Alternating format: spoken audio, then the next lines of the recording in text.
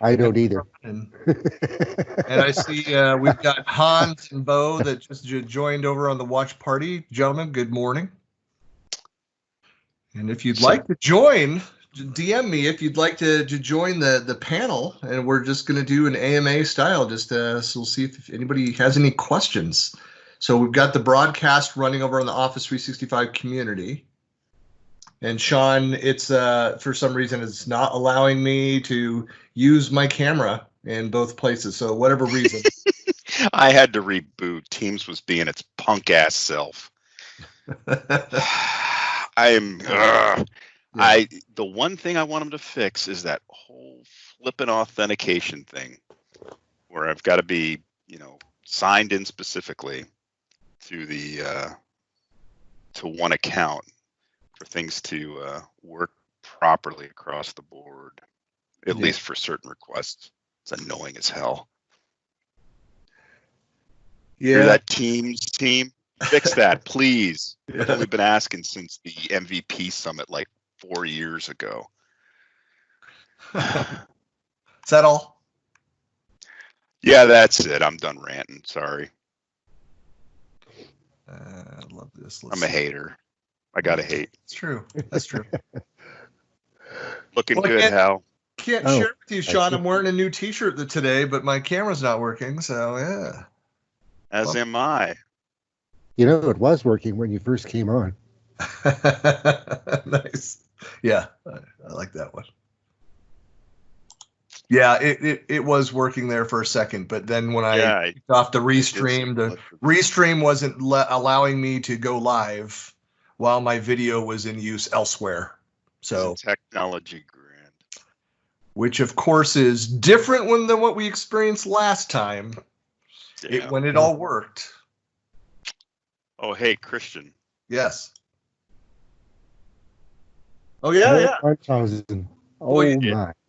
Sean, I already watched it this weekend. Oh, Jesus. Man, you're ahead of me.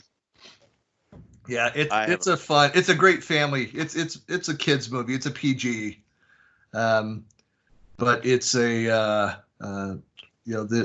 there's one scene that you might want to zoom past is the Uma Thurman coming out of the clamshell. There's a brief little need to do a little self-edit there for the kids, but you think I'm likely to pause on it. Early days of PG ratings when they were not so careful. That was a grand time. I was reminded of just how much made it through PG when we were watching Airplane, and the kids left because they were uncomfortable. It's hilarious. Nice. Like, wow, how much. Apparently, kids were made a little more hardy back in those days. They could get by with a lot in parental guidance. Either that or parents were providing a lot more guidance than we are. Yeah, I don't know about that, but yeah. Yeah, I don't either, but I got to throw something out there. Yeah. Well, let's see.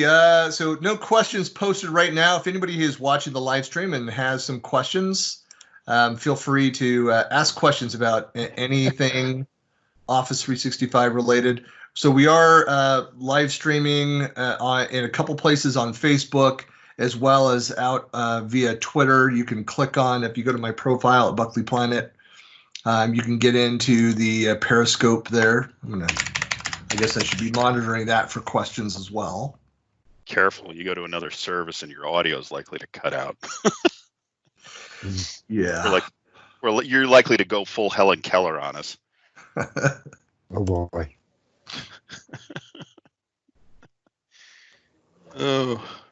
Eventually they'll make it foolproof for you, Christian. Yeah, the restream and all that. But I thought we had it down after last time's success that with the cameras working, but yeah, you thought you won, did you? Yeah, whatever. Yeah, it's never that simple. No, we just lower the bar for a lot of our expectations around the technology. It's honestly, it's as simple as that. Is the I go back to I still love the response at the SharePoint conference.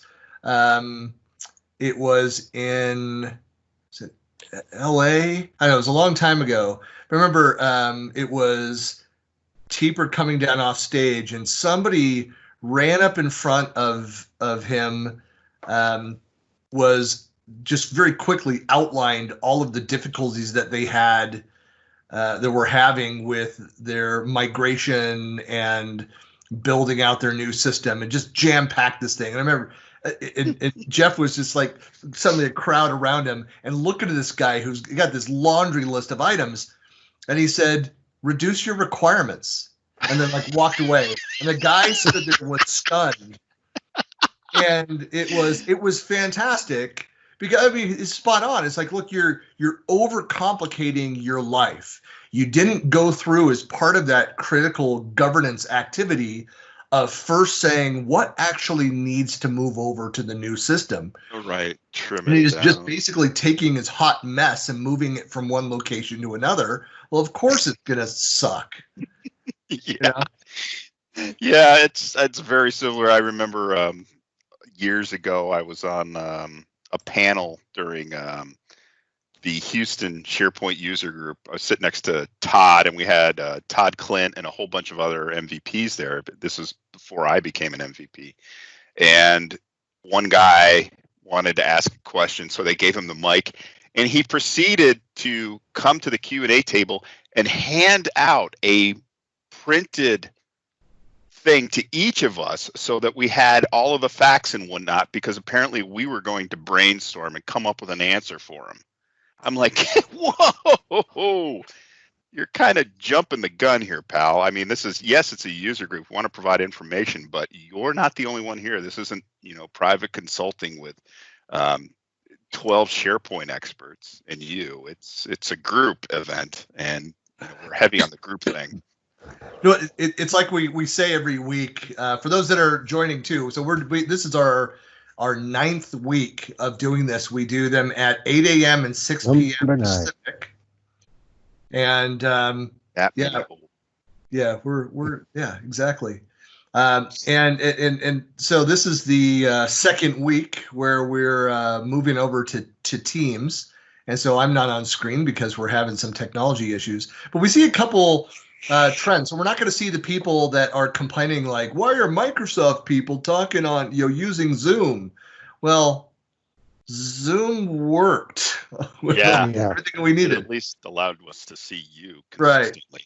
So we're having to use yet another third-party solution, Restream, to make this work, and then we're having some technical issues. But I'm not whining about just that today. No, the other is so we'll save ourselves from getting the commentary from the back row of the theater. Hecklers, peanut gallery. But if you do have questions, feel free to add it to either I'm monitoring out on Twitter, or you can go to Periscope, follow the link on my profile, or in a couple places here. We've got watch parties out in the Office 365 community group on Facebook as well. So feel free don't be shy, ask your questions, and we could have some other people join. I've sent out the invite to a couple other folks as well. Any questions that have come out over the last week? Anything that you gentlemen have seen that you want to talk about first off? I'll have to think on that. How about you, Hal?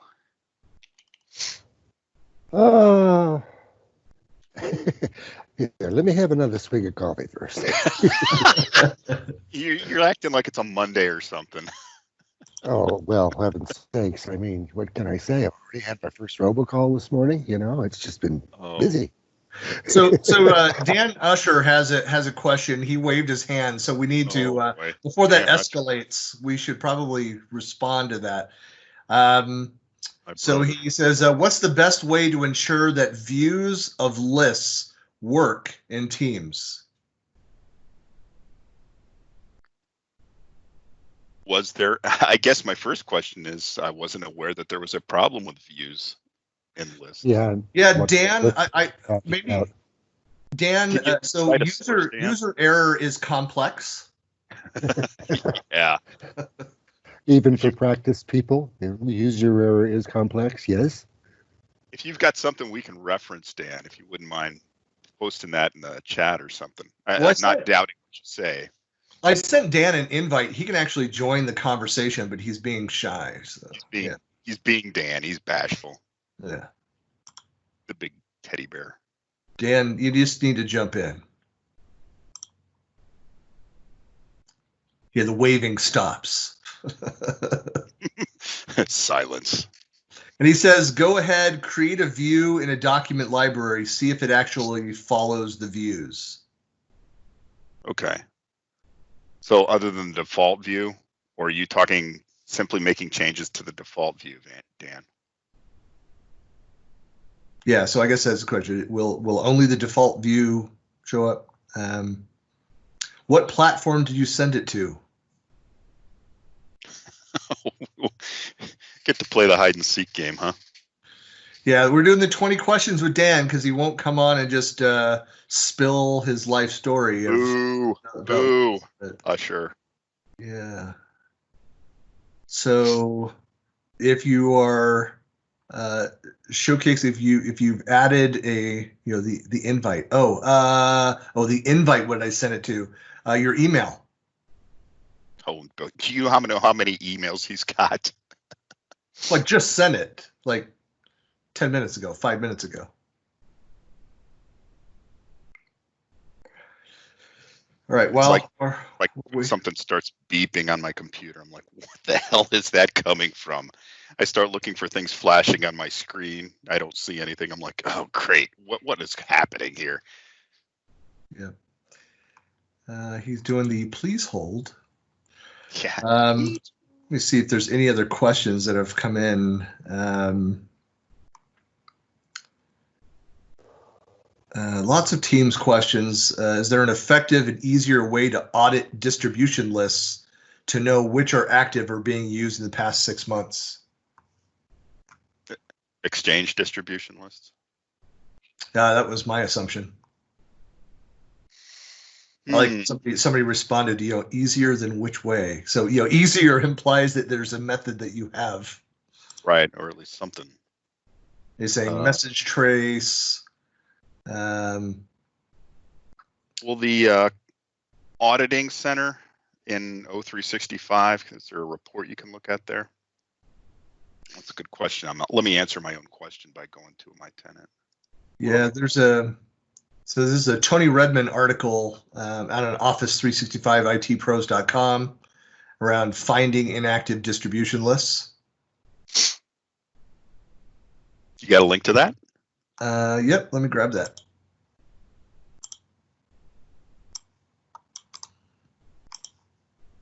If you don't mind popping that in the Teams chat as well. Yep. That over here. Come on. There we go. Cool, thanks. Multiple places to add that. Hang on. Paste. Okay, so he's got some PowerShell to do it.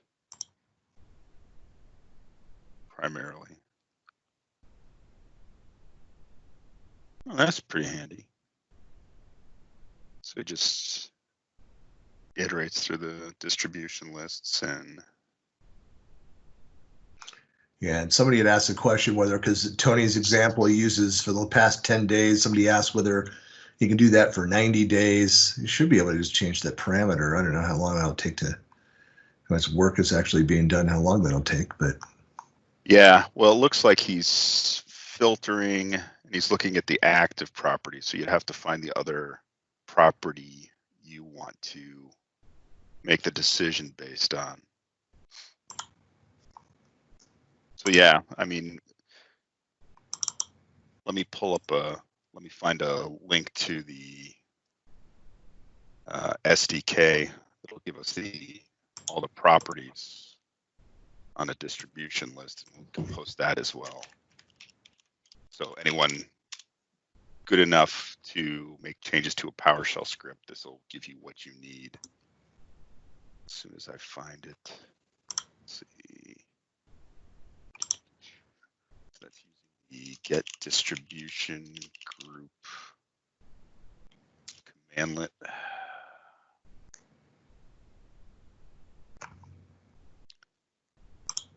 So here's a link to the main commandlet, the information it returns, and the properties that you can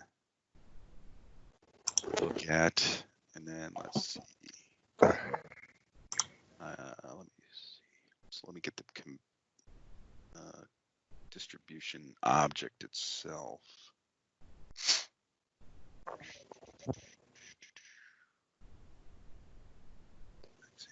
Examples, parameters, blah, blah, blah, returns.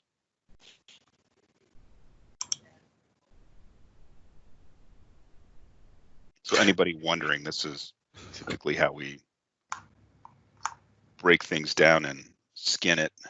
If you find a script you like and you want to make changes to it to look for anything other than what the script is looking at, this is typically how I do it. You know, docs.microsoft.com is a great resource. I'll look at the commandlet, what it returns, what its parameters are, and then I will look at the object types themselves to see what's available on that object. Or if you want to do some interactive determination, you can load the script in ISE or Visual Studio Code. If you've got the PowerShell support enabled in that, there's a nice set of extensions so that you can debug the script, and you pause the script at the particular point you're running it at, where the objects are returned from Office 365. And if you add a watch on what gets returned, so in this case, it would be the $DLS variable. That ends up getting the output of the get distribution group commandlet. And what you'll see in there is a collection of the distribution groups themselves. And if you expand one of the objects in there, in that list, you'll see basically the enumeration of all the properties that are available on that object, and you can look at them in real time. I would have probably put together a post on that process I just described, and I think people might find that helpful, particularly if they don't do a lot of programming or playing around with scripts. You think that would be worthwhile, guys? You know, depart Why from not? What's that, Hal? I said, why not? Yeah, exactly. Make a note for myself, but yeah, that's the process I'd go through. And you know, if there are questions around that, I'm happy to answer them right now if anybody wants to throw them out there.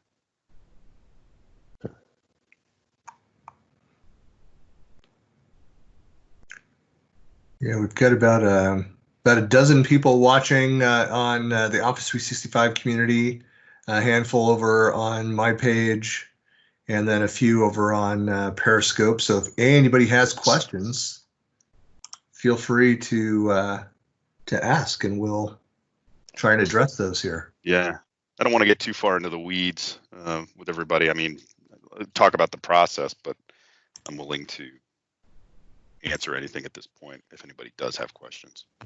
Or you can always shoot me a note if you're not comfortable asking in this forum. You can find me on Twitter and all over the place. I know Christian includes links on his blog when he summarizes these reports or summarizes these videos and breaks them down. Yeah. And we're still waiting for Mr. Usher to join. And I sent it to your live account, Dan, if you're able to see it. I just checked to make sure it did go where it went, and it did. It went. I think he went into hiding. Yeah. He suddenly has an Andrew emergency where that cute little kid of his is probably demanding some attention. Little redheaded mini-me. He's a total mini-me. Kid's adorable. Yeah, he could. He needs to get in the T-shirt collection, like similar to yours. Just a bunch of, nerdy coder, obscure T-shirts. I think it would be hilarious, and just have shots of them. Just not explain any of them. Just have them out there. Maybe that's what we should do. We should start, sending to the Usher household these little T-shirts. I think that that would be a fantastic opportunity.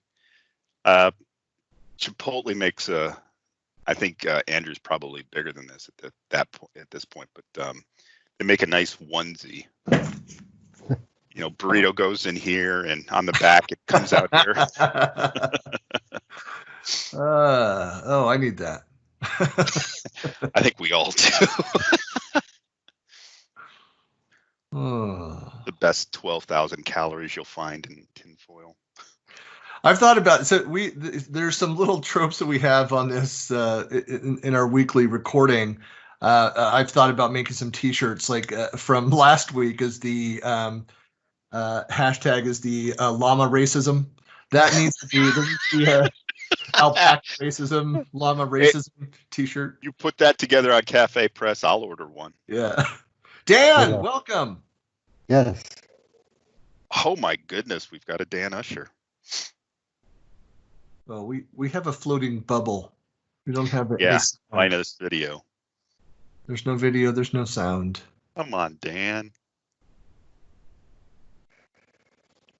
I'll bet he's fighting the same team's battles that we do. Kind of inevitable. No, we're not fighting those battles. We're fighting the battles of bricks and other toys for the 2-year-old. Yeah. Which reminds me of some developers. How old is he now, Dan? No, we're fine. But I guess, Sean, I think I texted you the question I had, which means you'll maybe never see it. Really? No, I got it here. Sorry. Yeah. I had my ringer off. No, you're fine. So I'm happy to throw that question in if you guys want to run with that. Yeah, throw it out there. I mean, I don't know that we'll get an answer live right now, but since we do this twice a day on Monday, might be able to run it down before this evening for the APAC session. Yeah, I'm doomed on finding the email. Essentially, the question is whether you all have good advice for views or lists or document libraries. If you create a custom view and then set it as default, any sorting rules go out the window, it seems. Wondering if the best way is to just have a custom app or power apps that render in Teams. That's a good question. I'll have to replicate that and then see what's going on. It might be a shortcoming in the link that gets sent across. I mean, that's just a gut feel that comes. Yeah, there's something out in user voice that says this will get fixed when we release full SharePoint integration, but I don't know. It seems kind of funny when we've got developers out there that are investing a lot into the SharePoint online sites and then trying to, tunnel them through Teams and suddenly finding ourselves with views of information that are completely unsorted. And yeah. Oh no! So just kind of curious if you guys have run anything like that where it's like, okay, let's just build a custom app to fill in the void. Yeah, I haven't specifically run into that myself. Admittedly, I do not do a lot of SharePoint embedding in Teams, so I'm probably not a good resource for that in general. But I'll try and track this one down for you and see what I can come up with, and maybe pull up Fiddler or some other tool to see what's going on the wire across, and if there's any limitations in that, or if it's actually on the SharePoint side something that's left out in the processing before it goes back, because that's pretty much just, I want to say that the SharePoint lists and list views, they haven't done much beyond just iframing those on a Teams page, right? Yep. Yeah. So yeah, it's being iframed. We should, I mean, that the contents of the iframe will be driven by whatever gets passed across in the URL to pull back the data. So it really shouldn't be any plumbing limitations. That's my thinking anyway. So it's something SharePoint Online is not doing right.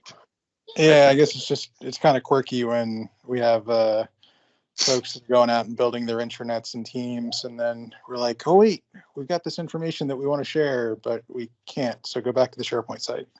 Yeah, it becomes an afterthought. You want to minimize the number of times you're kicking people out of the Teams environment over to SharePoint, because that's not a good experience. Yeah, I agree. I agree with you, unsurprisingly.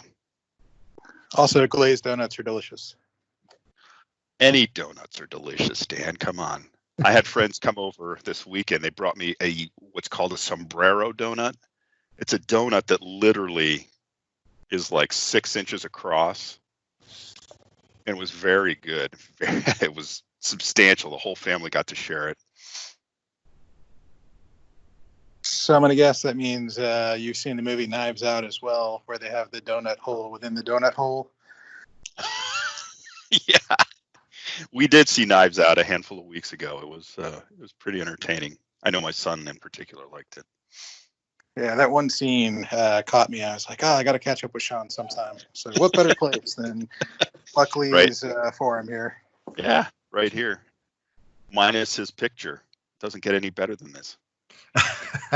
Living the dream, guys. Living the dream. Yeah. The Buckley on the back end and everybody else up front. That's great. Hey, Dan, so aside from this question, anything else that you've run into recently? You don't have to, if you don't have time, hang out the whole time, but we always go through and look and see what other questions have popped up from the community over the last week. So anything that you've run into that common questions, even if you know the answer to? Easy way to start. I'd say, yeah, nothing really off the top of my head that I've run into recently. I think, just the views side of things kind of threw a couple folks that I work with for a loop and kind of made me scratch my head and go, wait, this can't be. One thing that I will say has come up as a cool feature for anybody that is interested is at least in like Excel Online, and I think maybe in the Excel app for Mac, surprisingly, be able to go through and create private views so you don't have to worry about interacting with other people.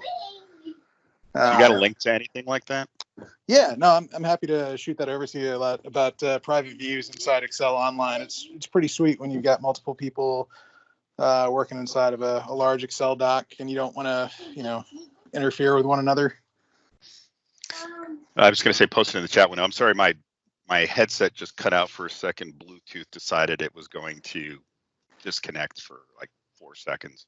Nice. It's a nice No feature. worries. But yeah, just saying that the Excel Online multi-user editing with separated out views. It's pretty handy if you've got a bunch of folks working on updating information, doing data entry activities and whatnot. Yeah, happy to shoot that over. Definitely a good way to make certain that folks aren't stepping over each other and filtering out things when all of a sudden you're like, where'd my cell go? Yeah. Is that something you can post in the Teams chat? Because Christian will then share it out. Yeah, happy to. That just sounds like, when I bring this up every once in a while, is when they demoed, Julia White demoed GigJam a few years back. And there's a bunch of the concepts that came out of that. That was for those that aren't familiar with it, I still have the app on my phone. It doesn't do anything, but it still shows there. But it's it was an R&D, Microsoft R&D product or effort. And one of the features about it, there's a number of things that came from it, and we've seen some of the capabilities that have found their way into other products in Office. But one of those is the ability to go in and interact. Like, let's say the four of us were having this conversation, and maybe it's highly classified, or but we need input from somebody, one of our direct reports, and so we could actually send out and have them get access to and see a specific piece of information and provide an update on, collaborate on that one area and then as soon as they update it, then we remove that access point. It updates the system. Just some really cool capabilities like that, so that you could do very targeted collaboration. So people aren't having to go weed their way through all of the other data, or you don't have to give them access to all of that highly secure area. Just give them the ability to go in and add input in one specific area. So anyway, that's, if you've not seen that, and I'll look for the link here in a minute, but that the demo that Julia gave, I think that was at the partner conference like 5 years ago, 6 years ago. I'll go find the link though. So is that app in your graveyard on your phone? Yeah, it's in my app graveyard. I think it was officially the first one in the app graveyard. The inaugural member. Yeah. One other thing, hey, just a question for everybody. Everybody planning on participating in Build this week, tomorrow and Wednesday? Absolutely. If those that aren't aware that Microsoft Build, since it's 100% online this year and it's free, and I'll paste the link in here.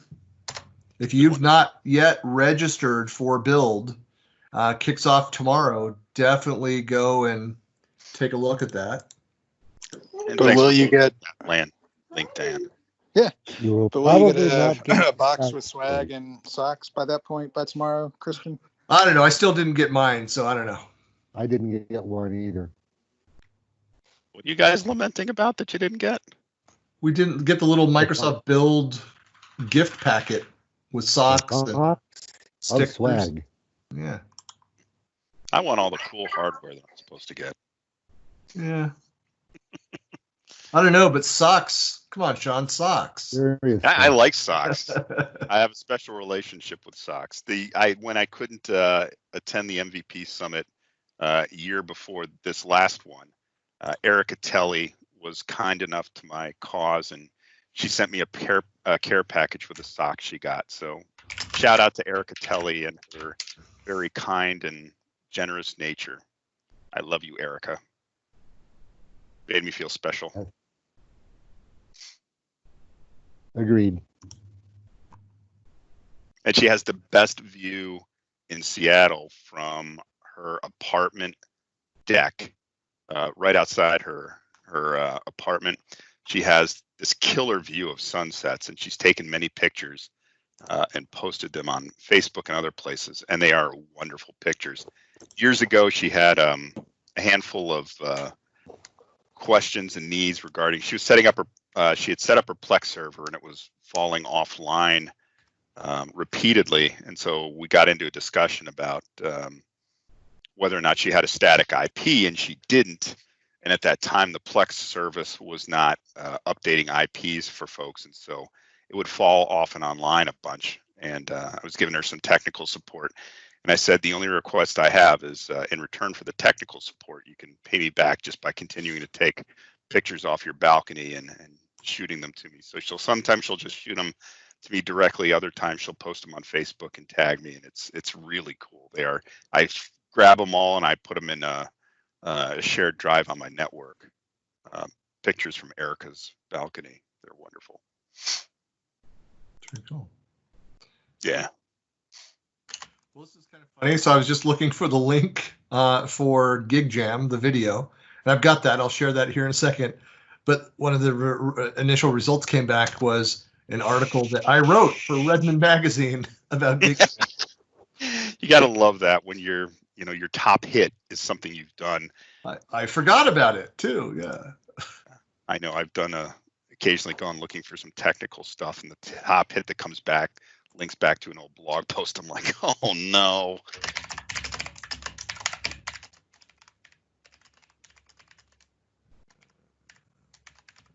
So how's Andrew doing, Dan? What are his latest milestones? So this morning he put together a 136-piece Lego set. Really? Mind you, by putting together, sitting on my lap as I put it together, and he advised me which pieces went where. So he's already in project management. Smart kid. Yeah. Just skip the actual hard technical work and know-how and jump right into project management. Yep. Isn't that this generation?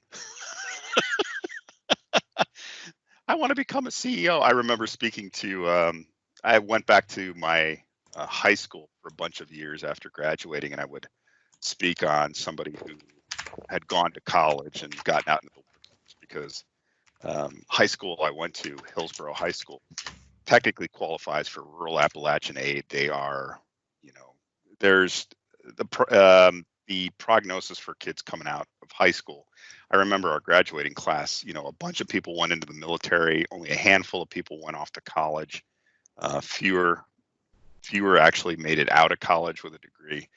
So I would go back and speak on what it's like to get a college degree and what they can expect. And I was amazed that I was fielding questions from kids who honestly thought they could get out and just become the CEO for a company and just jump to the top. I'm like, yeah, it doesn't quite work that way. It takes literally weeks to become a good CEO.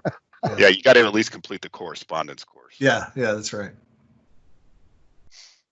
Is that setting up the LLC and whatnot, Christian?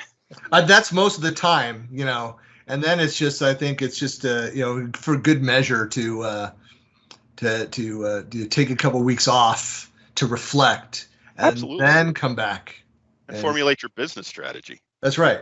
And then come back, and then it's just implementation and see whose IP you can nab and shovel off as your own. Piece of cake. Yeah.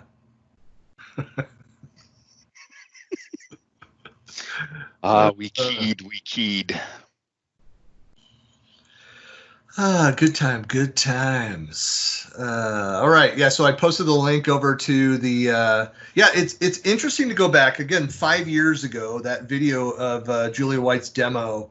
I was sitting at facing her just slightly to the right of stage. There was a kind of an MVP press area where we had a little desk set up. I know there were a bunch of people in the general audience that were sitting behind us that were like, how come you guys are sitting here with a table and power? How do I get that gig? There's the heckling squad.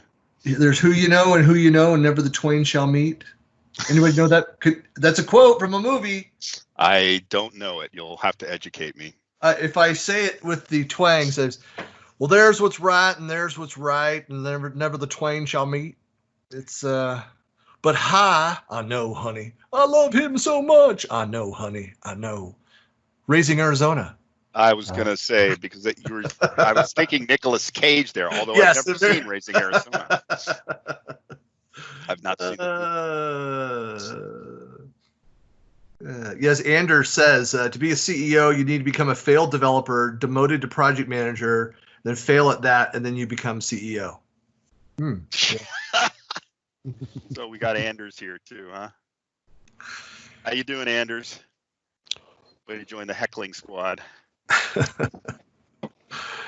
Good times. That's another. I need to go watch that movie again. It's been a while since I've watched. I need to watch it for the first time. Sean, what the crap? You've not watched any of the classic movies, the Terry Gilliam movies, and I've not watched Raising Arizona. I know. Wow. These gaps in my cultural knowledge are stunning. Yeah. Well, it's funny. My daughter-in-law, married my son Preston. So she grew up in a household where they really didn't watch much TV, and never really was more rural, never really went to the movies. So she's never seen anything like that. Just never saw the Star Wars movies, any of that stuff. So she must be confused when she visits you. So she's going to. Very my shocking. boys are much like me. They're big movie buffs, and so I know she's being spoon-fed kind of the classics. Yeah, that's a rough row to hoe, but I'm sure she's enduring it swimmingly. Along those lines, anybody in your area opening up an old, dead, deceased drive-in? I haven't seen that, but I kind of been wondering the same thing if we're going to see that happen, Hal. I've read about it. It's been in the news, the local news here, and I know that I listen to Sacramento radio every morning. via iHeartRadio app, and it's in Sacramento. It's happening again as well. Yeah, well, sadly, about four years ago, they tore down the last one that we had there. There's an apartment building in its place now. But I was just thinking last night, God, if the De Anza Drive-In were open right now, it would be packed. Yeah. Well, the part is to add on to that. They did a concert the same way. So people drove in and somebody performed. I don't know who it was. I mean, how successful is it really gonna be? You can't get the massive crowds in there, but yeah, but still. Well, you know, a lot of that has been working itself out, though, in a couple of respects. I in my travels have become pretty well involved in the local music community, not from the standpoint that I play anything, but I make a hell of an audience member and I clap really loud. So, so there's at least one band here locally I roadied for a while. Oh, cool. They are now doing live streams. Yep. One of them does them every Sunday night at 6. That was last night, and then we had with another fellow, Mr. Woogie, Eric Jan Overbeek. He's from the Netherlands. He is probably the finest boogie woogie piano player on the face of the planet currently, and he's stuck here in Tucson, so he does concerts every Saturday afternoon at noon local time. Again, live streamed on Facebook. They've got virtual tip jars set up. That's kind of what prompted the thought about the drive-in last night, because what these other folks have done, they call themselves the Porch Rockers. They are on a driveway. They set up on the front porch at one person's house, and there's folks sitting socially distanced away in the yard. All of the folks in the neighborhood are sitting out on the ends of their driveways watching, and of course it's live streamed, so it's a pretty cool little event. And I bet. and that was kind of an interesting thought last night that I had. We broke down last night. We had to have some In-N-Out, so we went and sat in the line for 45 minutes to get In-N-Out burgers. Yeah. Come home, beam up the live stream concert. It was a pretty decent Sunday night. That's cool. Yeah, I can imagine a number of bands popping the garage door and just setting up shop and being the garage band experience for anybody willing to come and space themselves out. That would be cool. Yeah. Are you guys thinking about buying a projector and a large projector sheet to put on the side of your house to have folks over to watch movies and whatnot? Well, I've got that projector I bought for Rackley's thing in Branson a number of years back. And I've got that. You've probably seen the pictures on Facebook. It's like a big blow-up bouncy house, but it's a movie screen. Yeah. And it's like, I want to say maybe 13 feet across. We've done a number of outdoor movie nights. Didn't do one this last year, but we'll probably do one the coming year. And we'll set up that projector, and I'll pull out my DJ speakers, set them up beside the blow-up thing. And I think the last one we did was Raiders of the Lost Ark. So Nazi face melting at 13 feet. Whoa, that's quite an experience. Well, I went and was going through storage, and I found the crate that has my fog machine and my DJ lights. And I've been talking about setting up out on the door stoop one evening, have that stuff going, put the speakers, have it just music sound driven, and have the lights at the fog machine going. And so there's usually a parade of kids, families walking by back and forth up the main street, in the evenings. The weather's been beautiful. And so I thought about having my little doorstep rave party. DJ C-Buck. Yeah, that idea has been knocked down by my wife. Well, she's. You need to override that. I have to wait till she's working or is otherwise actively engaged in something and is unaware until it's happening. So I can't drop that in. Being obnoxious. Let me do this. All right. Well, I'm looking through. I don't see any other questions. And maybe Anders, if you're still on, if you've any questions that you've run into in the last week, anything that the group should discuss here, feel free. For anybody else has a question, go ahead and post it. Monitoring in a couple different places. Just we've got a couple dozen people watching right now in one of the feeds. But feel free. Yeah. Nice, Dan. Dan says, welcome to cloud computing, as I turn the fog machine on. That's fantastic. That is so very Dan. Yeah, we had a projector. We used to do this stuff. In fact, when we lived in Seattle, did a couple parties out in the backyard when it wasn't raining on the side of the house. We had a light gray house, and it was a lot of fun doing that. But with the last move 2 years ago, I just said, wow, I have not turned on this little projector in 2-3 years. And so somebody that I knew over in our last neighborhood and would appreciate it and gave it to him. So, so I just that's cool. I just posted a link in the chat window to the setup, our outdoor link, our outdoor movie theater. You can see a friend of ours, Brad is a big drone guy. He works for P&G, and he has a number of different drones and VR gear. And so he brought over this helmet. It was a VR helmet where he actually, in VR, he got the drone view and would control it with his control and fly it around and everything. It was pretty cool. Nice.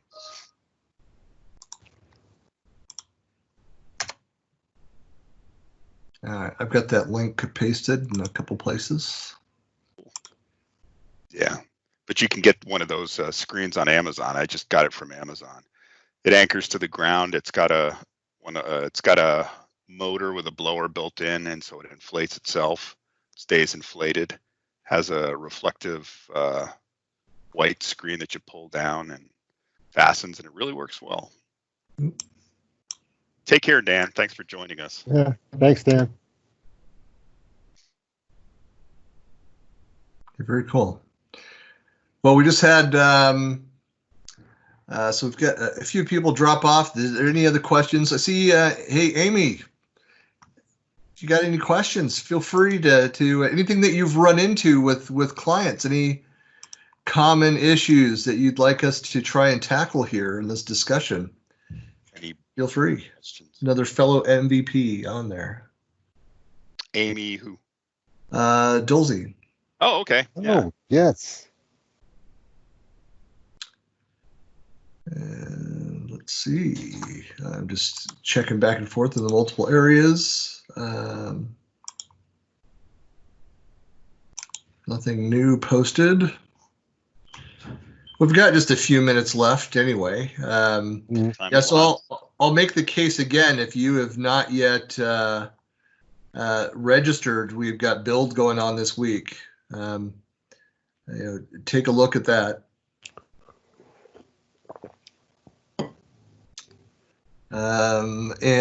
I just noticed that, so Tony was asking the question where we're broadcasting. So it's over, everybody, it's over. We broadcast every Monday at 8 a.m. and 6 p.m. Pacific.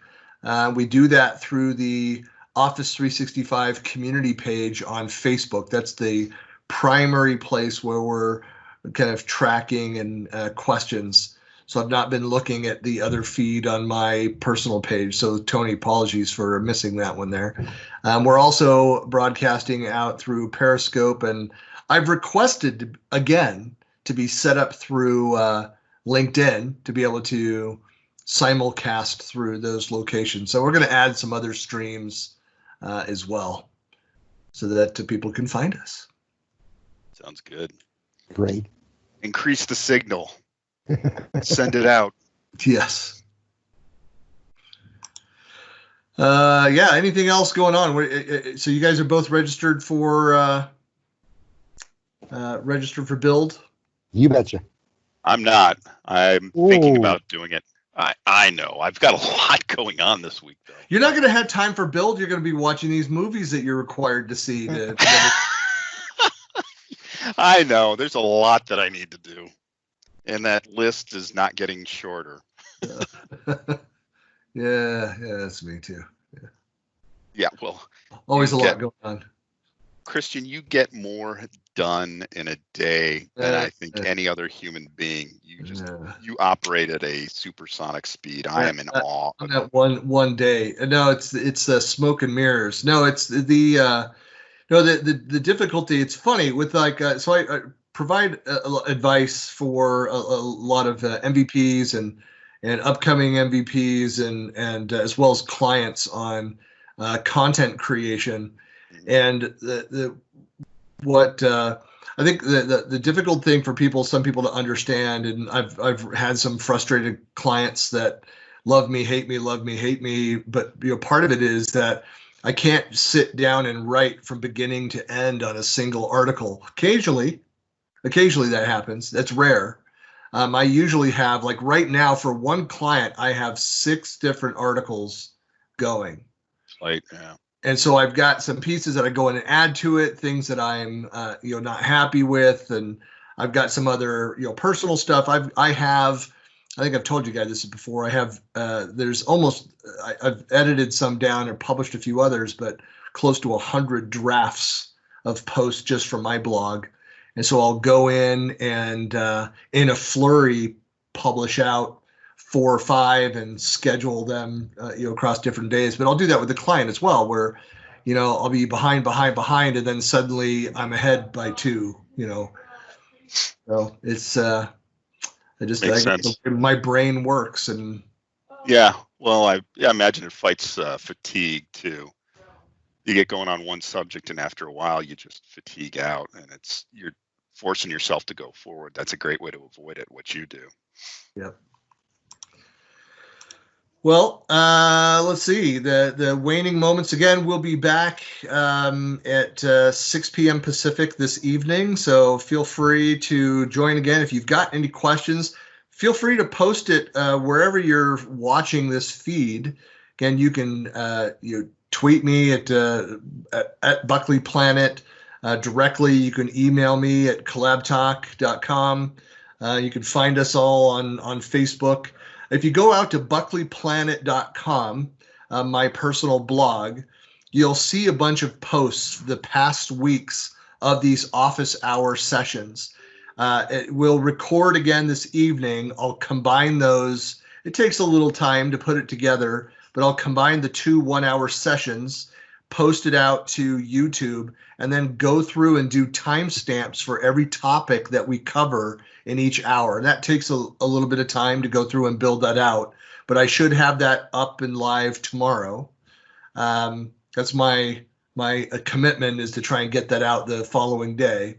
But you can go back the 8 episodes prior to this and see the catalog of topics that we've covered. And we talk a bunch of smack about people in the community and poke fun at each other, but then we also tackle some serious technical topics and hopefully provide some value. So I keep a running list of those in my YouTube channel too. I don't have much over there, but I am keeping it up to date with each time you publish. I do the same. So just another outlet for that stuff. Yeah, excellent. Well, thanks everybody for joining. So we're just over on this, so we'll call it a wrap, and we'll see you guys back in just a handful of hours. Definitely. Thanks for doing this, Christian. Yep. Thanks a lot, gents. And thanks, Dan, for joining, Anders for spamming us on Facebook, and Amy for joining and then not saying anything. Thank you, Amy. Yeah. Thanks for coming. Maybe next time. All right. Next time. Thanks a lot. Care. Yep. Thanks. Bye-bye.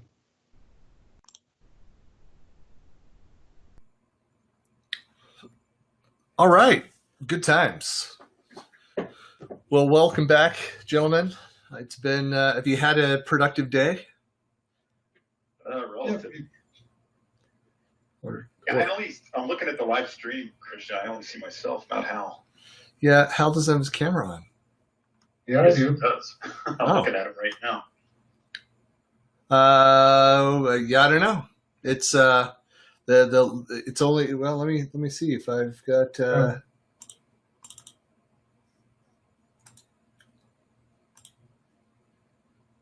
yeah, I don't know what to tell you.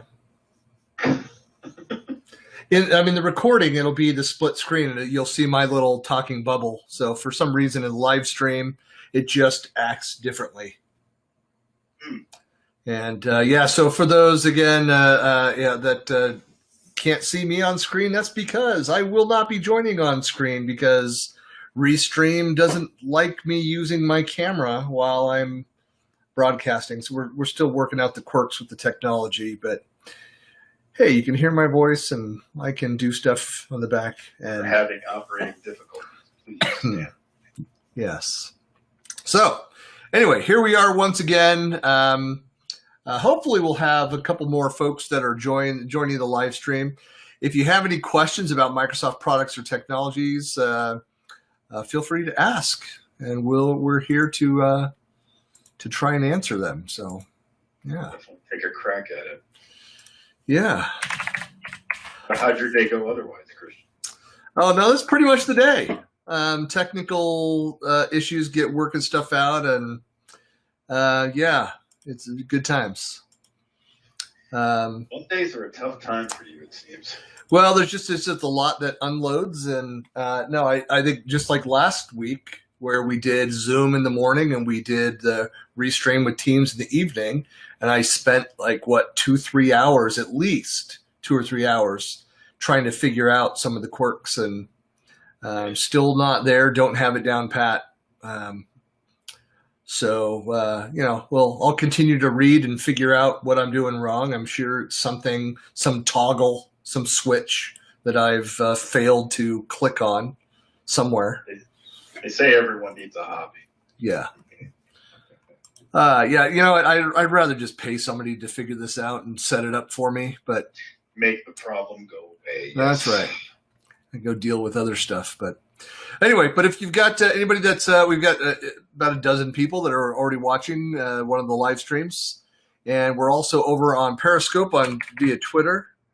So let me make sure I've got that open, and so that any questions come in, feel free to post, and we'll try to address. One thing, there's an announcement I saw that came today that Microsoft Q&A is now GA, is generally available. Yeah. Okay. And so that's something that I think we'll be monitoring ongoing as well. I think we'll get a lot of great questions that will come through Microsoft Q&A.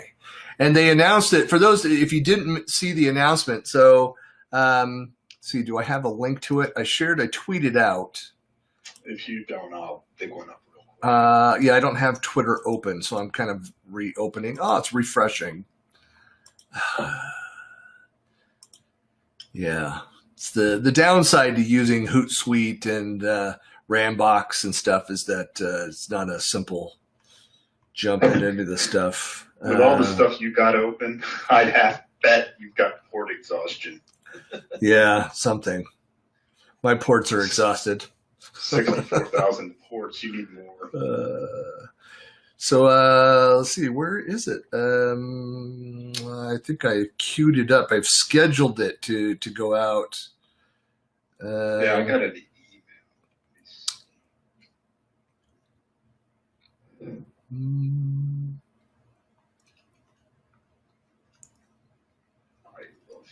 I'm scrolling down through. I know I've posted it. I've scheduled it to go. I'm just looking for the link. So the announcement, here it is. So have questions about Azure. Microsoft Q&A is now generally available with Azure data, and will soon add other products and services. There is some Teams architecture Q&A data that's out there, but the link is just docs.microsoft.com, and under answers products, let me copy that link, paste it into a couple different places so everybody can see what I'm talking about.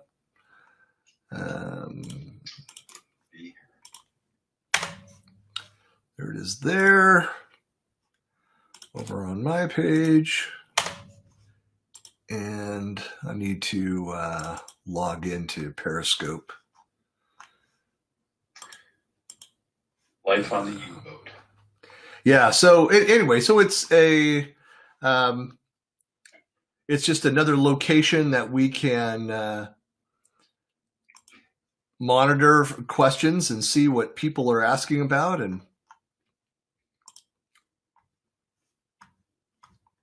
see if there's, we're going to post this out on Periscope as well. Got a few people that are there. Got to log in, of course. There, I'm logged in. Now I can post the link. And there it is. That's what I'm talking about. Yeah, so Microsoft Q&A. We heard about that. Wow, early last year. It's been over a year since they were talking about that. But if you go and take a look at that, we're going into, yeah, oops, I had that open on the wrong screen. Sorry, folks. I'll share my screen there. So that's why I need 3 monitors. Life would be so much easier with 3 monitors. 2 is just a third eye to go with them. That's right. Anyway, yeah, apologies for that, for the delay there. And I was getting a bit of the inception action happening with the browser window there.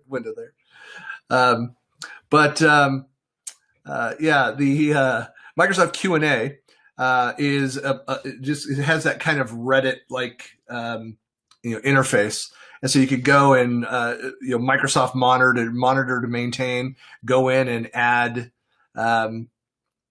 whatever questions that you have, monitor conversations, share out the links to the answers, like things, all that kind of functionality. So definitely go take a look at that. Yeah, they've done a nice job with it.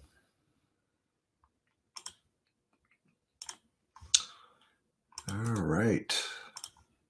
Has a Stack Overflow kind of feel to it. Yes. I don't know what it's built on. I wasn't paying that close of attention to it when they were talking about it. I'm like, oh yeah, great. I'll maybe look at that at some point. But anyway, let's see. Any questions on here? So we've got one question. So what are the new features of Microsoft 365 comparing to Office 365? Anybody want to field that one? So I've got a response, but yeah. It's all architecture. It is all architecture. Basically nothing. Yeah. Nothing Well, is different. so that's not true though. The name is different. Well, but Microsoft 365, Office 365 is yes, it's a rename, a rebranding. It's just of the SKU, but Microsoft 365 included Office 365. So Office 365 being Office and Teams and SharePoint and kind of everything that fit within that. But yeah, Microsoft 365 includes Windows 10, security, mobility, kind of all those different pieces. So that's the primary difference between those. Yeah. It's a new bundling. Yeah. So, and that's another thing I think we heard about more than a year ago, 2 years ago, that it was going to go that direction. And so they just finally made it all official. Yeah. Took some time to get there. Yeah. Slow but steady. Yeah. So hopefully, Ramsey, hopefully that answers your question. If you've got any other more detailed questions, feel free to ask. But you can continue to think of Microsoft 365 in much the same vein as Office 365. Yep. And I see Dan on there. See if he's going to join us. Yeah. He's back again. Oh, is that? Yeah. And Sharon's on there, and there's Renee. And oh, sweet. We'll see if they're all if they're interested in joining the broader discussion. Okay. Yeah. Yeah. Joining the 4 or 6 that you may have on your team screen, depending on where you are, who you are, and whether you're part of the developer program or not, or Microsoft employee or not, or just lucky or unlucky. Yeah. Move that out of the way. That's a mouthful. Yes, it was. Yeah, that's a great question though. It says, does Microsoft Q&A replace any other communities such as tech community? You know, there's still, I don't know, there's been some talk about, I know that there's a lot of development activities that are happening around tech community, because quite a few people have said, it's like, look, there's still some very, very active Yammer communities, and then there's stuff that's happening on a tech community. They are trying to build tighter links between for MVPs and regional directors. They're trying to with the profiles over to tech community. And so I'm I don't know. I would hope to have the dogs in the background. Apologize for that upstairs. Some I don't know if they're going to be making any announcements with Build this week. Around some of those integrations. I don't think so. I think Ignite, we're going to hear about a bunch more stuff happening around Microsoft Tech Community. Yeah, frequently asked questions. I've got the email from MVP Global Administrator open in front of me right now.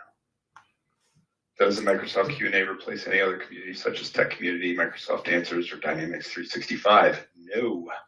The current scope is to move customers from MSDN and TechNet forums to Microsoft Q&A. Other platforms will coexist, and we will look at ways to consolidate and share content between the different sites. Okay. Well, there you go. Yeah, I don't know if this, I don't think I can share this more broadly. It's probably... That's why I picked that one question. Yeah. Yep. Well, that's why. That's the thing. If you've been to the MSDN and TechNet communities, you find that there is an awful lot of duplication between them. Yep. This would be a nice way to consolidate that. And from my kind of observations, this one is going more towards the developer route, whereas tech communities is more along the established product user business. Well, let's put it this way: there's Outlook sections and so forth like that. If you go over to the Q&A, you find it's pretty much entirely Azure and cloud-based technologies. So it consolidates and separates and hopefully transmogrifies. It's another shifting of the deck chairs on the Titanic. Well, maybe that's not a good analogy. Well, yeah, I don't think it is. It's improving. If the Titanic were to eventually dock in New York City, then yes. Yeah. Yeah. I'm not implying that things are going down anytime soon. I'm telling your MVP lead, Sean, what you said. Go ahead. I'm sure I'm on. It was kind of funny. Somebody brought up SharePoint Saturday Nashville from a few years back when it was the first SharePoint Saturday that Jeff Teeper went to, and he had an open Q&A at the end, and Mark Rackley and I were fearing for our MVPs because that was the time when, if you remember, SharePoint Online public sites were phasing out, and so I was asking all sorts of questions around that, putting him on the hot seat, and he was very he answered the questions very well, gave me a lot of good information. I managed to put into a blog post, but he handled it very well, and it was nice to see him there and interact with SharePoint after. Hey, Sean, that's actually a great question, because I saw this a couple of weeks ago. Somebody asked me, well, when's Microsoft? So somebody who is newer to the technology asked when Microsoft was going to build a more solid SharePoint external website, solution for going and building a site. And I explained very briefly, I said, Microsoft shut all that down. They basically pushed people to these other platforms and walked away from that. I don't know if you want to explain why they did that. Sure.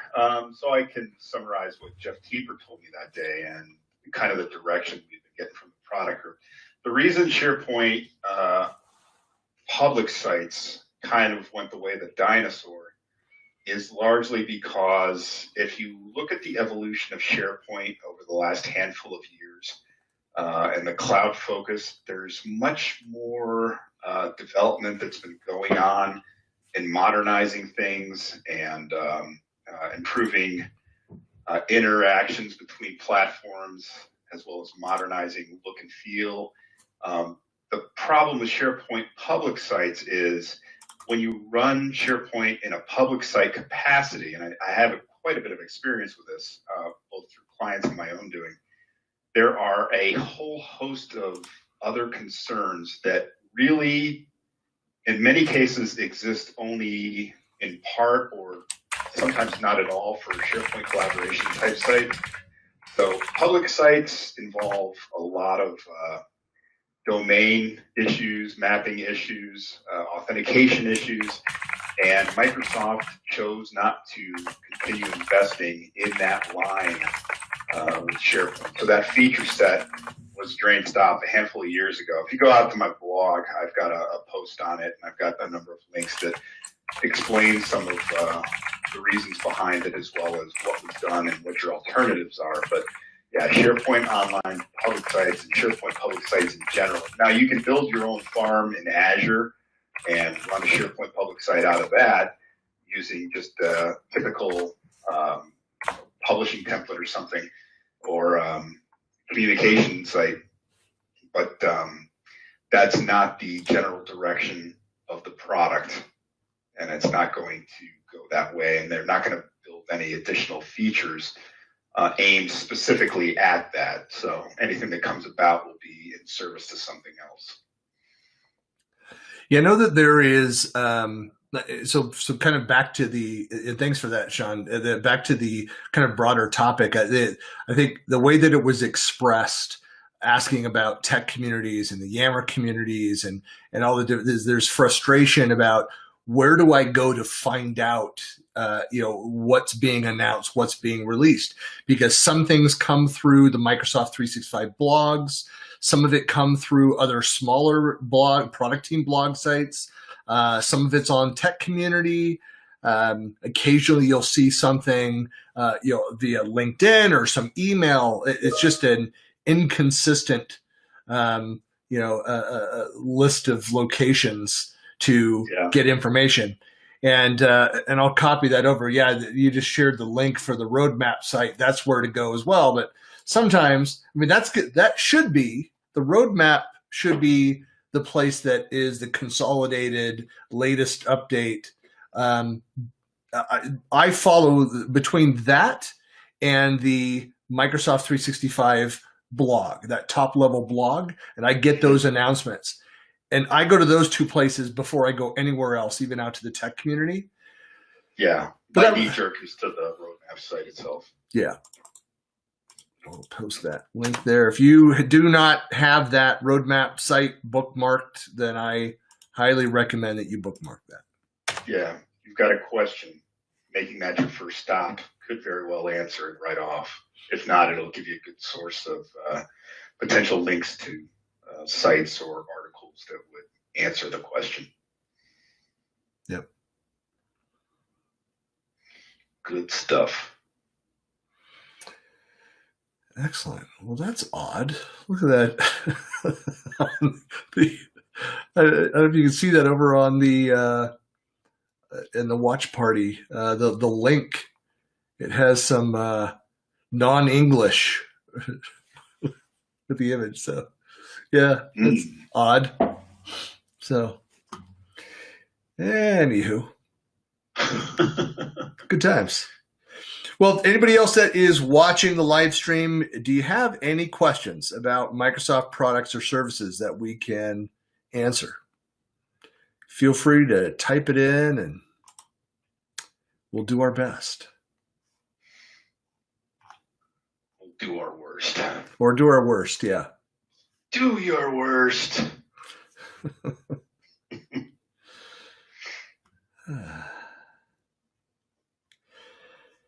I think anything else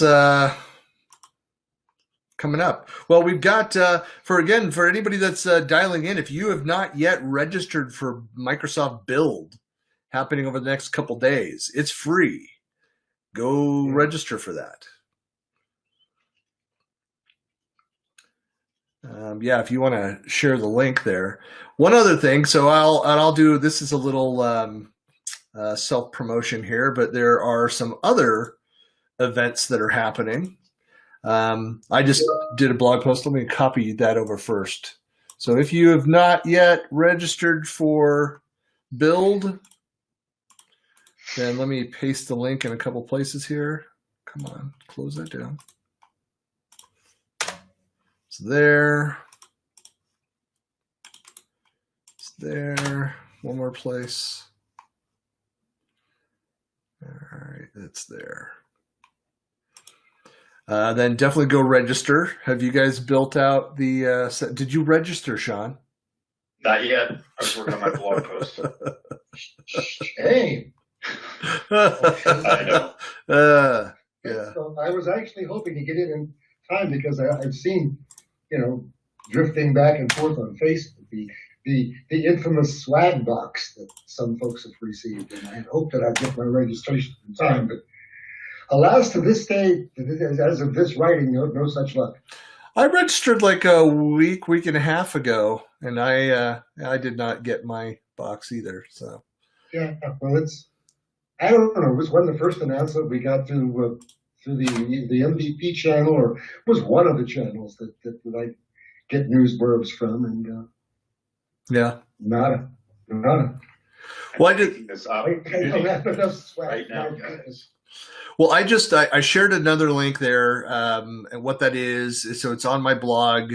So I've got a couple things that are happening, which are self-promotion activities, but there's other events that are on here as well if you're interested. So I've got, so this week I'm doing 20 tips from Microsoft Teams for improving productivity with Russ over at Excel 365. Of course, I've got next week, Tom and I are doing our Office 365 productivity tips, our head-to-head. And as you can see the theme there, I'm also doing, as part of the Microsoft 365 virtual marathon, so the 2-day, the 36-hour follow the sun event. Yeah. Boy, I wish him the best on running that, but wow, yeah.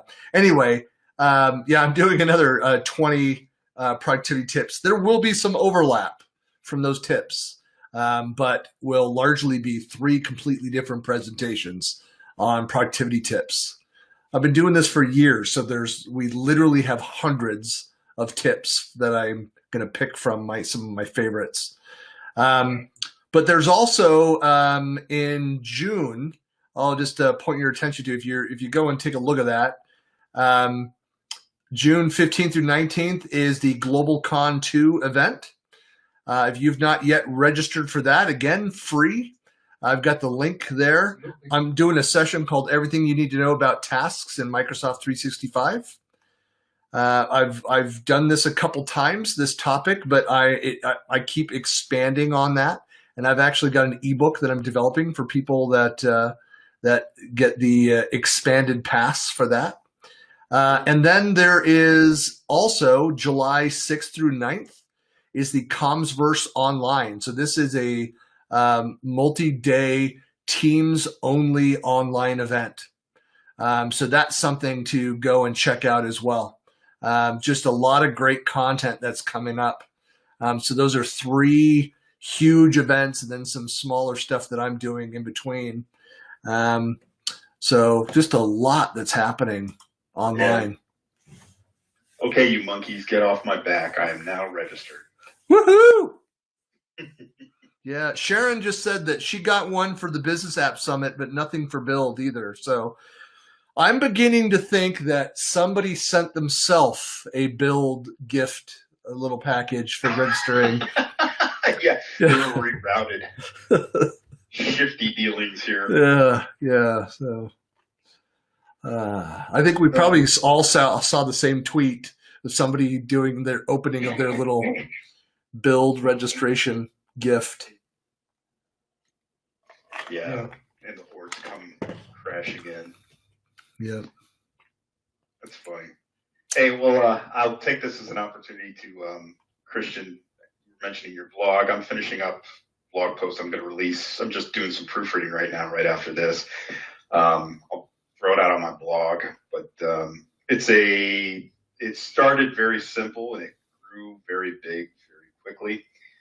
To post on folders in SharePoint, it's more a technical post. I'm not getting into religious wars with people about whether or not they should exist. I'm just getting into kind of object models around them and PowerShell, a script you can use to build folders, as well as it'll ingest a CSV, build the folders out in SharePoint Online, add metadata to fields, talks about folders and metadata and field values. That's one of the more, I would say, lesser known challenges or topics in SharePoint. People get folders out there, but folders can possess metadata. So yeah. Anyway, so it'll be quite a write-up, and it'll go out after this.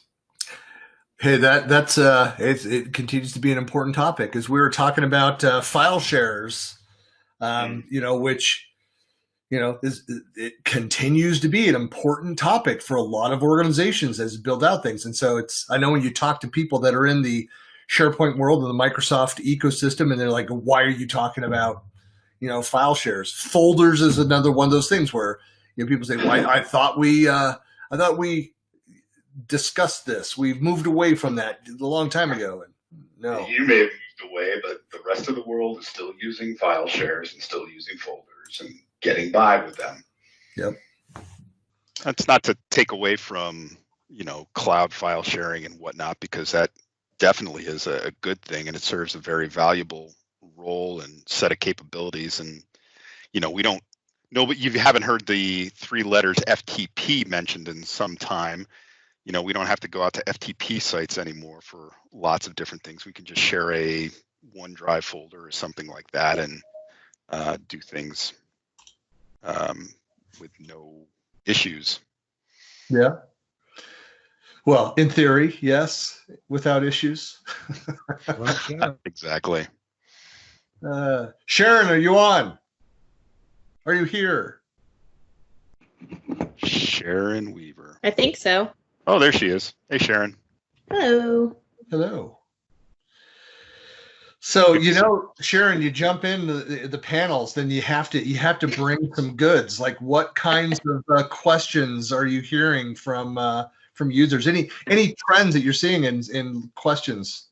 Fresh meat for the machine.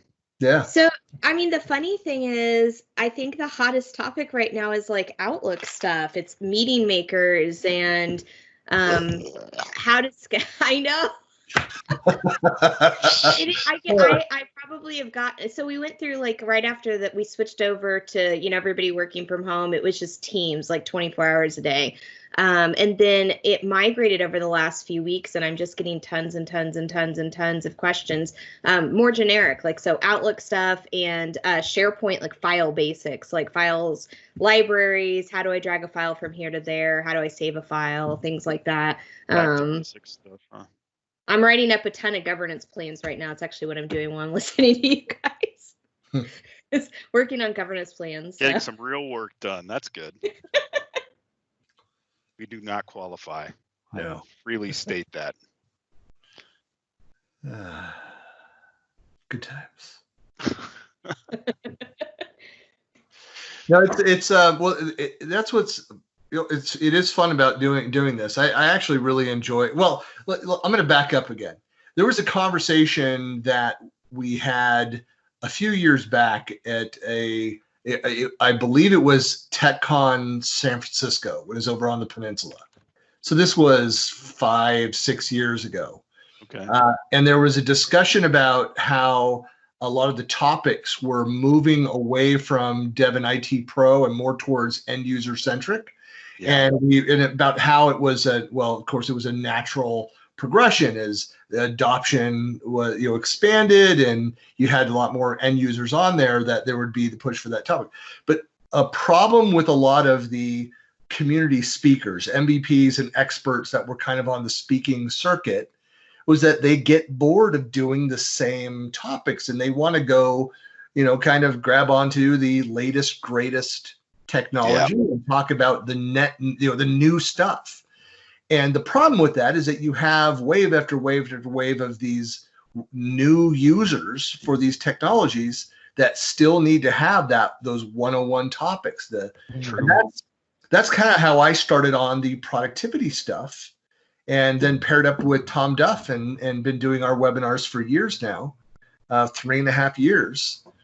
I really enjoy doing it, and a lot of the stuff that we'll actually share tips that are, that have been around for 5-6 years or more, but that are still important things. And a lot of people like, wow, I've never heard of that. It's like, really, it's been there since Windows 7, or it's new again.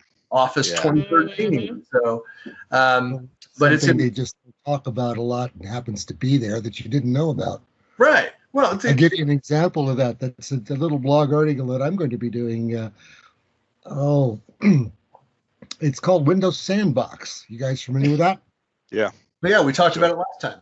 Yeah. Yeah. Okay. Well, I didn't mean to shut you down on it. I was like, that's okay. That's Do you hear the whoosh? Yeah, I just heard about that, and forgive me for not remembering where, but it's just how emotionally I've moved on from it. So, no, but for people that are just watching that don't know what it is, you have to explain, Hal. Yeah, definitely. Okay, it's oh gracious me! No, it's a small virtual machine that you can start up. It basically gives you a pre-configured Windows environment that you can load up right in the middle of your desktop. And it is a great place to try things out that might be problematic, or you might be developing, or anything that you're in fear that might blow something up. You put it in there and run it. If it blows it up, or if it's something really nasty and bad as ransomware or some other such thing, or any reason at all, you click the little X button up at the top and it goes away permanently, like it never was there. So it's a nice little safety feature that I didn't know of until just a couple of weeks ago. And forgive me for being repetitious, but I was really impressed. Yeah, no, and I'm actually, I'm going to pull the link to it. So in episode 7, right here, paste the link in. Episode 7, we discussed it and we did a quick demo of that. So it was Mike, I believe was it you or Mike that did the demo? It was not me. Okay, yeah, so that was the 6th, 7th, 8th, 9th. Anyway, so you can, if you scroll down the topics, let me paste the link here. In episode 7 of this office hours, and you scroll down the topics, you'll see the link, and it's the Windows 10 Pro sandbox feature. Yeah. And we demoed it. Okay, great. 28. That may not have been one of the meetings that I missed, I must confess. I don't recall having seen the demo. Oh, okay. Well, sorry about Yeah. that. Yeah. It's good stuff. Windows Sandbox makes me think of a bomb calorimeter. And I posted a link for it. Okay. So one thing that just a caveat on that is that it is for the I believe it's the Pro version. So I've got Home Edition Windows 10. Yeah, it relies on Hyper-V, doesn't it? Yeah. Yes. Yeah. It's also a feature that doesn't come already listed in your start menu. It's something that you have to go into, add Windows features, and specifically enable. Important thing to note about that, for any VMware workstation users, you can only have one active hypervisor loaded on a host system at a time. And so if you happen to have a competing hypervisor, Hyper-V has a hypervisor, a VMware workstation has a hypervisor. You can dual boot and go back and forth between them, but they cannot be active at once, both of them. So you either have to go and decide to use Hyper-V or to use the VMware hypervisor. So just footnote, be wary of that, and there are plenty of articles out there that cover it. Little subtext. Excellent. Yes, I like that word, hypervisor. Yeah. Hypervisor. Don't get your hypervisor in a bunch, Sean. Yeah, indeed. That doesn't quite work, but yeah. No, but the delivery was good. Yeah, thanks. My pleasure. Yeah. You guys were talking about features that you don't know about, and it cracks me up because every once in a while I'll stumble across an article about a feature that actually popped up, existed, and disappeared before I even realized that it was actually there. Yeah. Whack-a-mole. Yeah. Whack-a-mole features. Gotta call them that. I'll be like, "Aw, I wish I'd have known about that when it actually existed for 18 months." Microsoft Bob. Well, that's why I love my Microsoft App Graveyard folder. It's Yeah, got it. anything new. Whatever it is, I don't need to know. I don't need to. I'll never use those things or try them, but I'll just go and add pages of Microsoft apps and then Gotta monitor. Screenshot that bad boy. Here, Let's see what you got in there. let me see. Hang on. I'll find this. So, well, here's the thing. I've got some things in here that people will instantly complain, like, wait a second, those aren't dead. You're like, well, they're dead. They're dead to me. Are Walking they? Dead. Yeah. So there's so let me do Undead. that. You'll see the stuff that is not. So I've got 3 images I'll share here. Oh, I gotta see this. Well, eventually I'll send them.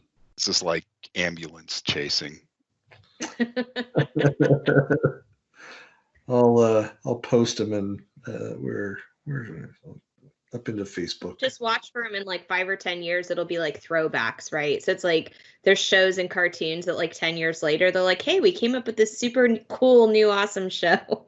We're like, hey, check out this new app. Have you noticed that actually there's a few things that like come out in SharePoint? They're like, hey, check it out. It's super awesome. I'm like, wait a minute. We used to have that in 2007 and then it disappeared. Yeah, exactly. Now it's back and it's new. Sign that you're getting old. Referring to features that once were that are now new. Mm-hmm. I've stumbled upon that a few times in SharePoint Online. It's pretty exciting. Yeah. Hey, I'm happy to get some of them back, though, sometimes. Back by popular demand. Oftentimes we don't know why they go away. I know why some things go away, but some things it's not so obvious. Mm-hmm. Then there's the story of the dueling OneNotes. Oh, yes. Oh, brother. What a headache. I play that game with OneNote pretty often. I'm trying to get used to just using the Windows app, the universal app version. But yeah.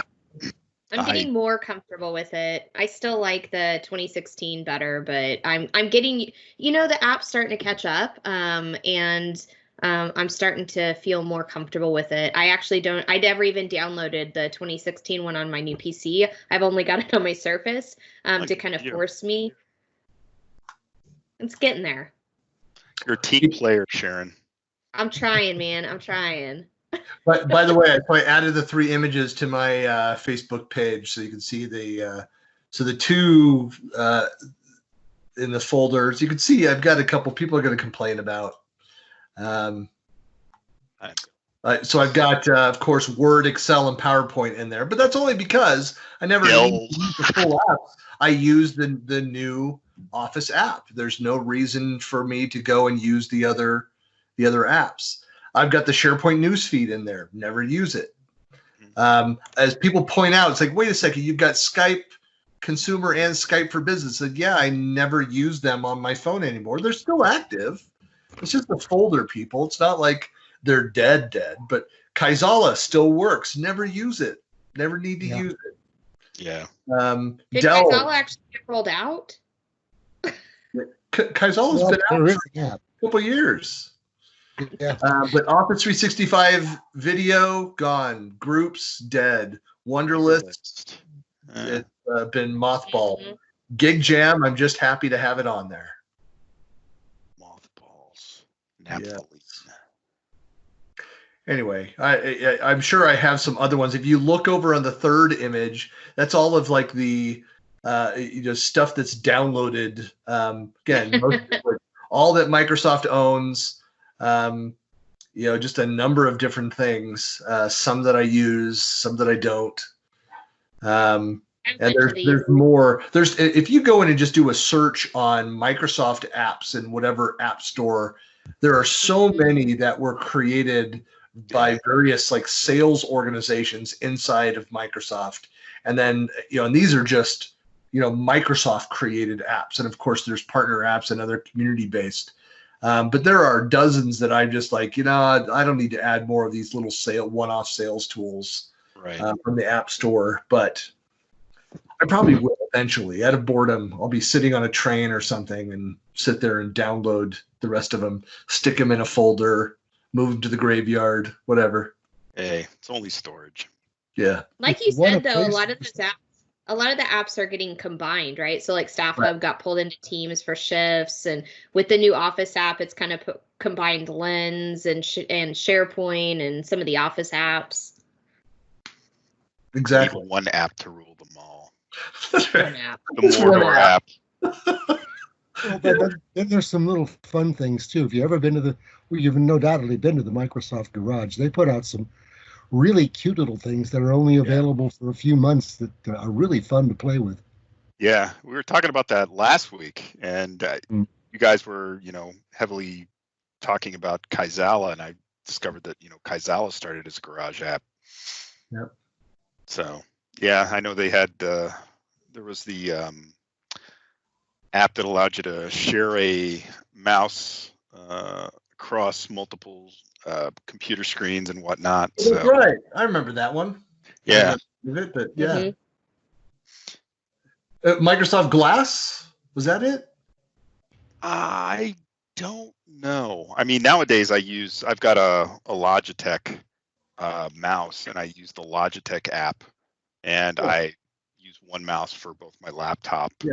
And, I think that was Microsoft Glass. But the idea, though, is that you can have kind of two different machines in sync. Like I used to travel, and I had a separate touch screen travel monitor, and I would plug that into my laptop. And of course, then I started traveling with my Surface Pro, which didn't output enough energy to be able to power that thing, and it just became kind of a pain. But I used to travel then with the two monitors, so I get my laptop and this dual monitor, and with the touch screen, it was fantastic. Especially if you had an older laptop that didn't have a touch screen, and could buy this thing for like $250. I think they're cheaper now. But then I saw that Microsoft Glass product, you could actually have two laptops, but then kind of operate as if they were, a second screen to that, and control across the two. Glass is a storage technology, Christian. Is that okay? I've got names mixed up. Though. Yeah, I'm trying to find what you're talking about and what I was mentioning. I just can't. Let me look in my. I keep an install share on my network of all the apps that I've ever downloaded and installed that I found useful. Yep. Please let me know if I need to add to the graveyard. Oh, geez. I delete things as fast as if I don't need them, man, they're gone. You know what? This folder of installs has come in useful more than a time or two. Somebody's looking for, a SQL Server 7 or a SQL 6.5 install or something like that. And I happen to have an ISO sitting out on my network. Do you happen to have a copy of SharePoint Designer 2010? Because, I just need it. Absolutely. You get things before Microsoft patches them too. Sometimes that's true. Yeah.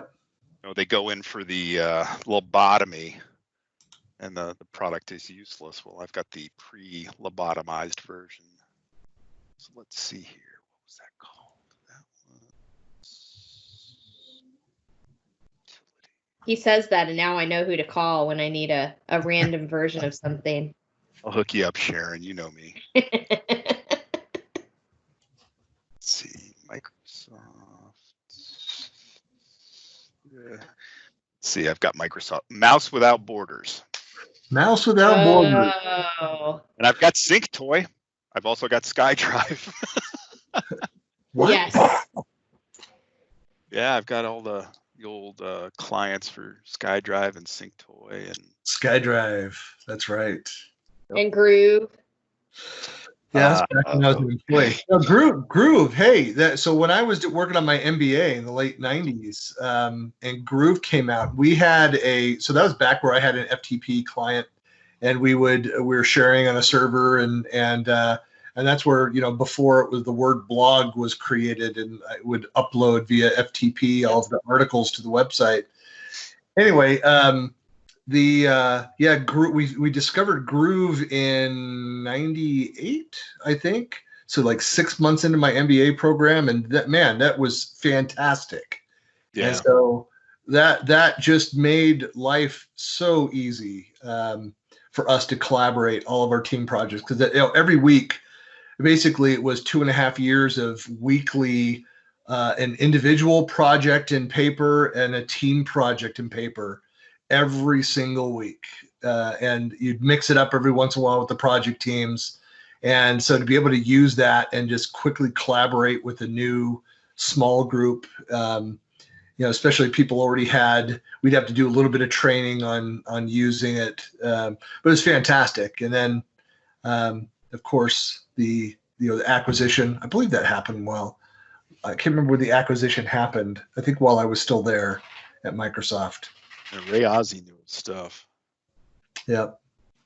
It served a very valuable purpose and fulfilled a need that not a lot of things did at that time.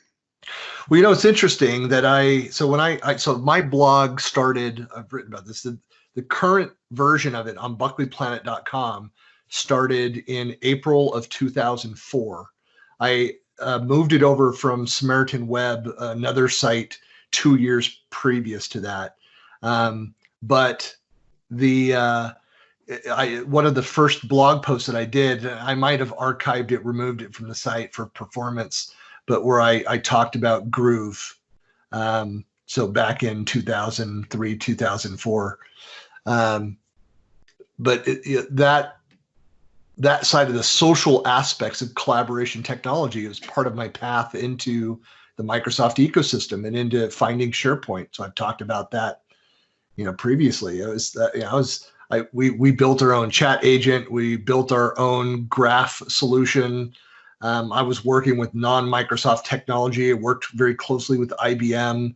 So back in the late '90s and early 2000s, and sold my software startup that built a social graph, and that was bought by Rational Software, which was and worked with Rational until they got bought less than a year later by IBM, and wrote some books for them. And then it was, as I've shared before, I wrote a white paper. In fact, it was in April or May or June of 2004, where I'm talking about SharePoint and what SharePoint is missing and what Microsoft needs to do. And it used to be a PDF on there. I don't know where I had that hosted. It's long gone, but I was smart enough, just enough, to cut and paste the entire body into a blog post. And that's still on buckleyplanet.com.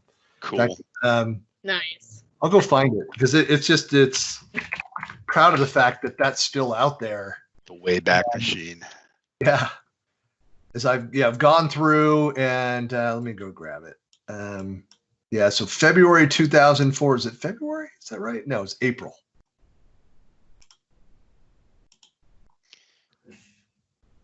And That's about the time I think I started working with SharePoint. That's what I was just going to say. That's about, because TFS came out and I was doing BA work for a development team, and TFS had just come out and SharePoint came right along with it. And it was about the time that I started using it. Yeah, I was building Portal Server 2003 web parts and things like that. So this was June 13th, 2004. And don't click on the PDF. It doesn't work. I should probably go replace that, and put a link in there somewhere. But that is the body of the white paper that I wrote. You can go see what it is, where I was kind of deciphering Microsoft's strategy for SharePoint, and then I write the section how Microsoft can dominate. I see that. So I've got enterprise application integration, so integration of other apps. Teams does that now. Team-based collaboration, so the social technology that was missing from SharePoint for many years, and then project portfolio management. Yeah, project portfolio management. So project management activities around that were the 3 buckets I said you have to have. And that's what the bulk of what Microsoft is doing in their collaboration strategy today. So that writing that white paper got me an invitation to go visit Redmond and go check out. And that was in August. I went and visited Seattle for the first time, or Redmond, and met Joel Olesen. And he showed me the latest of, it's the funniest thing, showed me the latest of SharePoint. And I remember turning to him, and he finished his little presentation in his office. And I turned to him, and I said, "This is crap." Was Fitz still there back then? Yeah, Fitz was still there. But because I had been working with, mind you, very expensive collaboration technology, far, far superior to what SharePoint was back in 2004. But he was showing me some of the bits which became SharePoint 2007. But what's funny is that the following year, I went and was consulting for a company here in Utah. And while living in Seattle, I'd moved up there in end of 2004. And they wanted to deploy SharePoint. I tried to talk them out of it. They insisted, and I deployed it. I kind of caught the bug. I caught the vision of what it could be. And I also did a deployment of Project Server. That didn't work out so well. But I caught the SharePoint bug, and in beginning of Q1 of 2006, went to work for Microsoft. So affected. Yeah. That's super cool. And it ruined me. No, yeah, it's ruined your life. Good stuff. Yeah. Nice trip down memory lane. Thanks for sharing that. Yeah.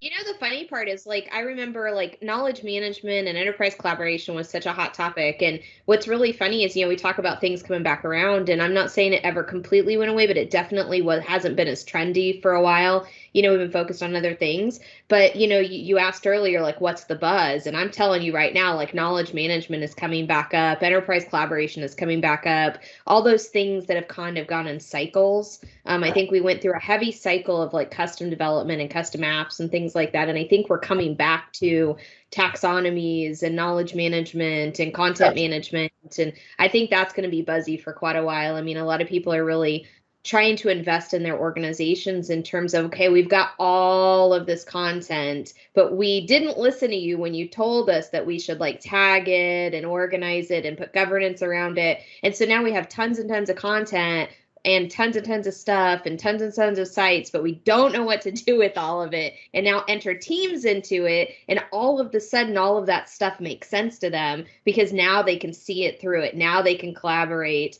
Now they actually have to kind of think about, okay, well, how do we want to kind of organize this stuff so people can use it? So I think that's definitely coming back up. Well, and the key there is kind of like Project Cortex, and we've talked about this, over the last each of these. And one of the things I've held off on really talking about it since none of us have actually seen it, and we don't have our hands on it unless you're part of the. I've seen the demos. Yeah, I've seen some we've seen demos. I think Hal has. He's staying quiet. Yeah. I've seen the same things you have. Yeah, basically. But it's kind of hard to do a nice presentation for my user group on it. Yeah, I mean, we've seen all the presentation wear on it, and we can talk to that, and I get it. I want to kick the tires. I want to test the limitations. I want to know what is the management, what is the curation experience. What are the limitations of it? How much, what kind of guide rails do you have to put in place until it can get smart enough and do things the right way and minimize. But to your point, Sharon, I think you're spot on. Is that what we're seeing now is finally the technology is catching up to what we've talked about, where our expectations have been over the last decade, and especially within the Microsoft stack, to where we're able to do some of the things that we've been kind of talking about, the future look of what things could be. We're finally getting there. But the most important aspect of it is that you have to have some of the knowledge management capabilities. The features have to be in context to how our users work. Right. The more that you have to split your time and toggle between applications or even screens within an application, like all of that, you lose people. The more that you ask of people to do, the less likely they will do those things. But if you can automate and make it part of that native experience of using the technology, that it's a blending of automation of the AI capabilities, it's just intelligently doing the things in the back end and providing that value, and then prompting us when you need to have user input. With minimal friction, yeah. Right. That's a great way to phrase it too. Minimize the friction of using the technology and capturing those things. So I think that's what Project Cortex promises. I think that's the direction we're going. Well, I got my fingers crossed. Yeah. I know. We all want to see it. Want to see it. And really want it to deliver. Yeah. There's going to be a lot of ramp up, I think, when we talk about getting people to prepare for it, because I think that, I think once everything is set up properly, I feel like it's going to do what it needs to do, but there's just going to be a lot of prep and getting ready for it to lay over the top of everything. Yeah.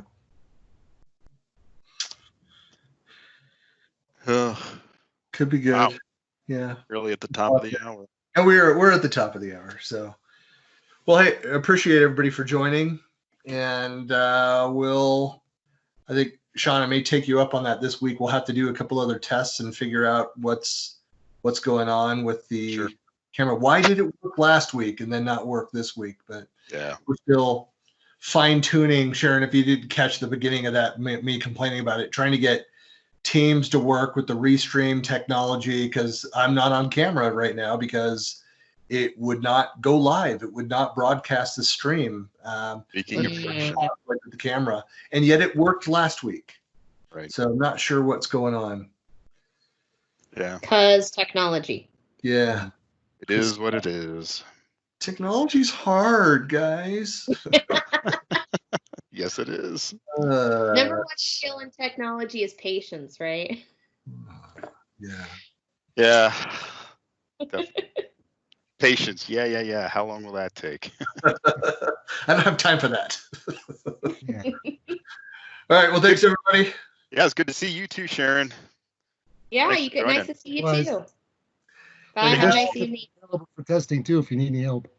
Yep. Will do. I'll ping everybody. I'll let you guys know, and we'll do a quick jump on it, a random broadcast that'll just people will be like, what is this? And we'll say strange things and then jump back. Guerrilla broadcasting, yeah.